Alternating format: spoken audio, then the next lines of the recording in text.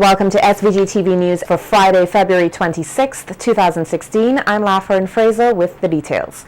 The opposition New Democratic Party, the NDP, will give its formal response to the 2016 budget presentation put forward in the House of Assembly by the ruling Unity Labour Party, the ULP, on Monday, February 29th and Tuesday, March 1st at French's House from 4:45 p.m. daily. In a press release dated Thursday, February 25th, 2016, titled "A People's Response to Labour's Pressure Budget," the NDP, who described themselves as the People's Genuine Alternative for Growth and Development, say they will hold public sessions for 2 days chaired by businessman, lay preacher and former Speaker of the House of Parliament, Monty Mall.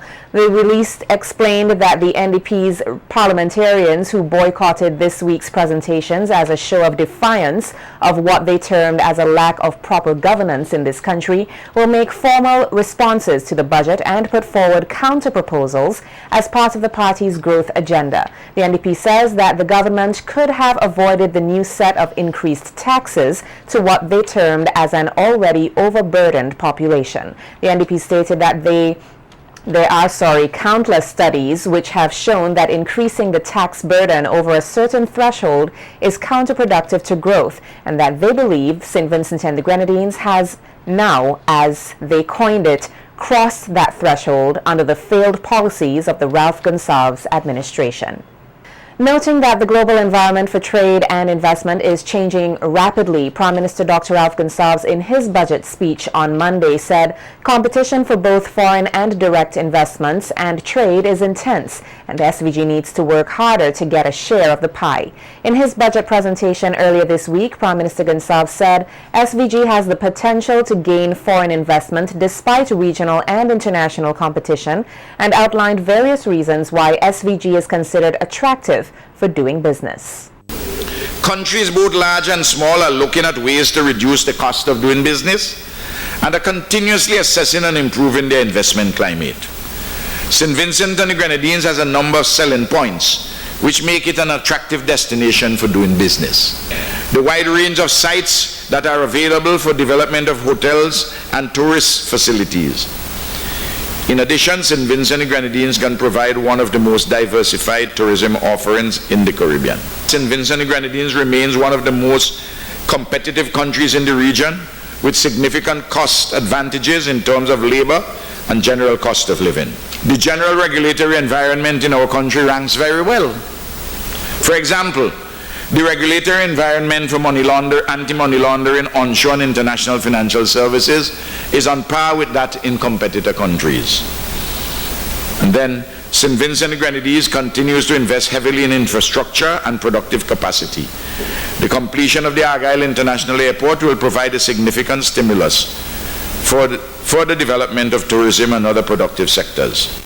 The Prime Minister said that despite these significant selling points, SVG remains challenged in several areas which need to be addressed immediately.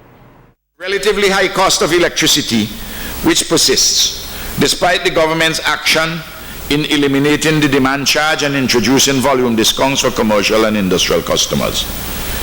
The high cost of energy is mainly attributed to the high cost of imported fuel and difficulties in achieving economies of scale in power generation in a multi-island context. A shortage in the supply of sufficient trained personnel in certain sectors of the economy. The relatively high cost of importing and exporting goods, due in part to the structural inadequacies and administrative efficiencies at the Kingston port and the customs. And we have to improve at both of them. The relatively high rate of corporate tax, despite progress in reducing the corporate tax. We have, for instance, reduced it from 40% to 32.5%. But we need to have further progress towards lowering the corporate tax rates and simplifying the tax system so as to enhance competitiveness. And of course, there are the challenges posed by climate change, the high cost of adaptation and mitigation measures, and building resilience that are vitally important for growth and development. highlighting the joint venture between the National Insurance Services, the NIS, and the General Employees Cooperative Credit Union, GECU, in pursuing a housing and commercial development at Peters Hope. Dr. Gonsalves says such exemplary partnerships should be mirrored by other domestic investors and entrepreneurs. The NIS wants to get involved with other domestic investors, certain bankable projects. I again appeal to our local entrepreneurs to engage our government, the NIS and National Properties Limited, in serious discussion on possible investment opportunities of a credible or bankable kind. Our government and its public enterprises are keen on investment partnerships with local entrepreneurs or in facilitating their investments. Both the NIS and National Properties Limited have separately been partnering with local investors, and they are interested in doing more. Further, specialized agencies of the government such as Invest SVG, the Center for Enterprise Development, the National Center for Technology Innovation, the Bureau of Standards, the Tourism Authority are available to assist our entrepreneurs in the areas of their responsibility. We have institutions which are available to assist the private sector. Please take up the opportunities. Expressing concern that certain chicken parts have been removed from the VAT exemption list, opposition leader Arnin Eustace says there needs to be more consideration on what items carry VAT. The price of chicken for the last 6-8 months have gone down considerably. You used to have to buy a box of chicken, like quarters and so forth, $57, $60. It's now down to $36. Yes. And people are benefiting from those lower prices, and less people have to depend on Back and Neck because the price between Back and Neck and those things won't be different. Exactly.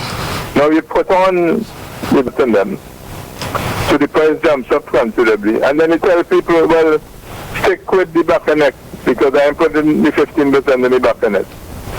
That's the government telling us that, you know. Meanwhile, Prime Minister Dr. Ralph Gonsalves says the opposition is creating propaganda on the issue of VAT on chicken. He says that his government is not degrading Vincentians with the new prices.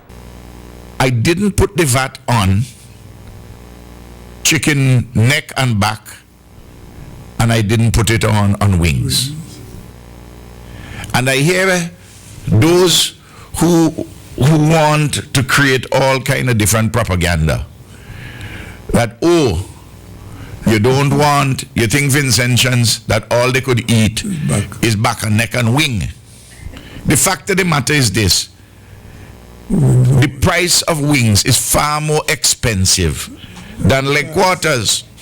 The price of wings in January 2016 was $4.72 a pound.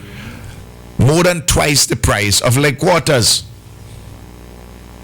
And the price of wings, though the price of wings fell by 34 cents a pound in between January last year and January this year, it is still far more expensive than leg quarters. Now these are the unvarnished facts. A poor person is more likely to buy leg quarters than to buy wings. The government of St. Vincent and the Grenadines has to provide the resources for consultation on medicinal marijuana. That's according to Senator Carlos James, who spoke on the matter during his contribution to the 2016 budget presentation in Parliament this week.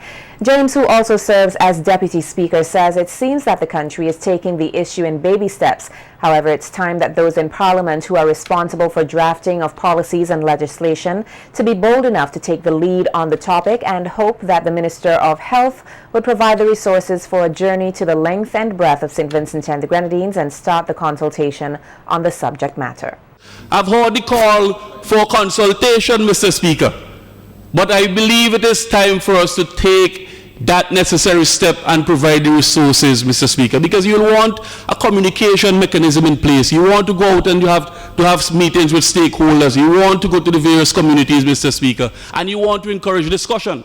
But that is going to cost money, Mr. Speaker, and that is why I mention it here now. That is going to cost the Minister of Health a number of resources which you'd want to go towards Zika.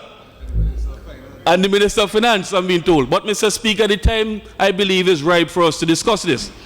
Mr. Speaker, I also raise the issue here, Mr. Speaker, because some of us will not know that we have an expert in the field of Ascension, Dr. Albert Lockhart. He's an ophthalmologist, Mr. Speaker, who is resident in, I believe, in Jamaica and in Texas. Senator James further stated that it is important to correct the negativity surrounding marijuana and focus on the potential good it can do to improve the level of health of many Vincentians. All that we have learned, Mr. Speaker, is about the negatives of this substance, Mr. Speaker. If you go to any home in St. Vincent and they will tell you this thing is bad for you. And I suspect, Mr. Speaker, at some point when we engage seriously in dialogue, whether through legislative reform or amendment, that we are going to have some difficulties, Mr. Speaker, in letting persons know that, look, this substance, this product, this drug, has meaningful benefits to you if you have glaucoma or other ailments, Mr. Speaker. And I'm certain that this, at some point in the near future, St. Vincent will see remarkable work in pharmaceuticals here regarding this product. So, Mr. Speaker, I'm mentioning it here now. Minister of Agriculture Saboto Caesar in Parliament this week calls for the use and enforcement of legislation to protect the growth of the livestock sector from predial larceny. During his contribution to the 2016 budget presentation, the Agriculture Minister says his ministry has to do more in the upcoming year to address the issue of predial larceny. He says that livestock farming has a large amount of potential for growth and therefore theft must be dealt with if livestock rearing is to become a great source of wealth for farmers. It is now in the narrative, evolving as a joke among farmers. And we cannot allow such an important growth area to slip away from us. I was in my community a few days ago, and we have to be very sensitive when we are exposed to certain information. It sounded as a joke, but it wasn't a joke for me. A farmer purchased a goat from another farmer, and whilst taking it home, someone at the side of the road asked him, "Are you going to put that to sleep in your house?" Evolving into a joke, meaning that if you leave it outside, it will be stolen. The Agriculture Minister further noted that his ministry intends to diversify operations at the Orange Hill Tissue Culture Lab with a new thrust to target production of imported cut flowers and other high-value decorative plants. When we have the opening of the Argyle International Airport, Mr. Speaker, we already have a significant import bill for cut flowers in this country and decorative plants. And the demand for cut flowers is going to increase significantly when we have more rooms available and when we see the coming on stream of the Argyle International Airport. So we, having this foresight, we are going to ensure that we do not only produce root crops and banana plants at the Orange Hill Tissue Culture Lab, but that we can produce plantlets for sale to the private sector so that more persons can invest into the production of these flowers. Addressing the issue of conservation of endangered species, Minister Caesar says that his ministry is planning public consultations to see whether or not amendments to legislation relating to lobsters and turtles is needed. And a total ban on the critically endangered leatherback and hawksbill turtles. The discussion must begin. Consultations must be had first nationally and the results compiled and technical assistance sought locally, regionally, and internationally. A Nolly Prosk has been entered into the case in which a Nigerian medical student attending the American University School of Medicine here was charged with deception in relation to a transaction of $10,000 at the Bank of Nova Scotia in December of 2015. The student, Yui Yosond, who had just completed his studies here, was detained at the E.T. Joshua Airport on December 15, 2015, as he awaited a flight to Trinidad, and today a report was made by the Bank of Nova Scotia that the student had dishonestly obtained the sum of money the day before from an employee.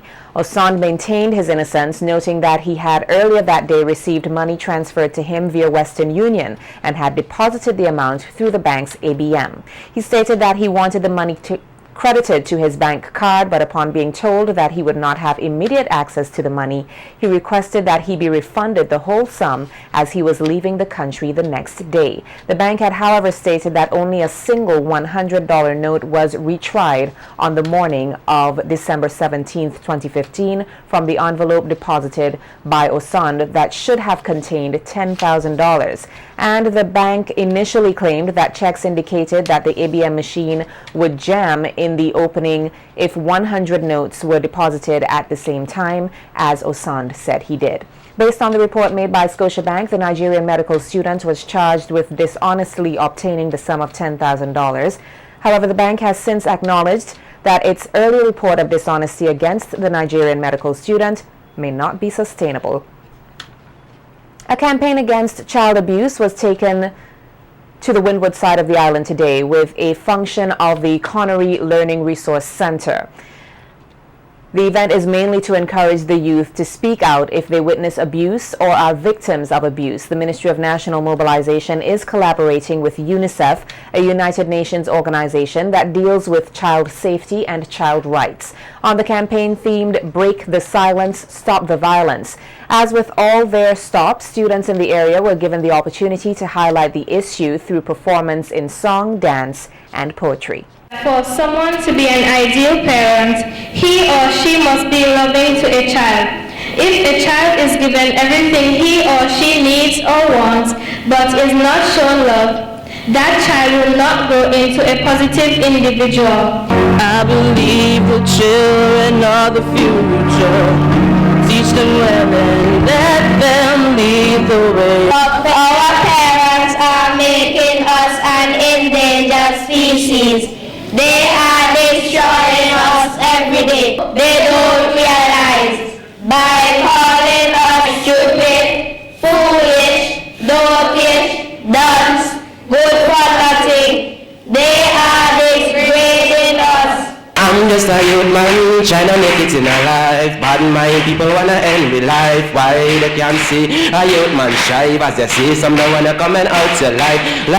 The young offenders are heard saying, "No bang." Then to finish their victims' lives, a bullet to the head.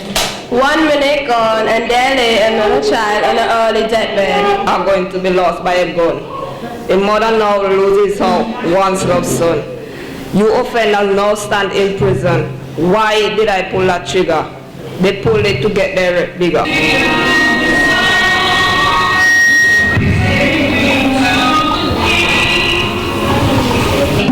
Violence against women must stop.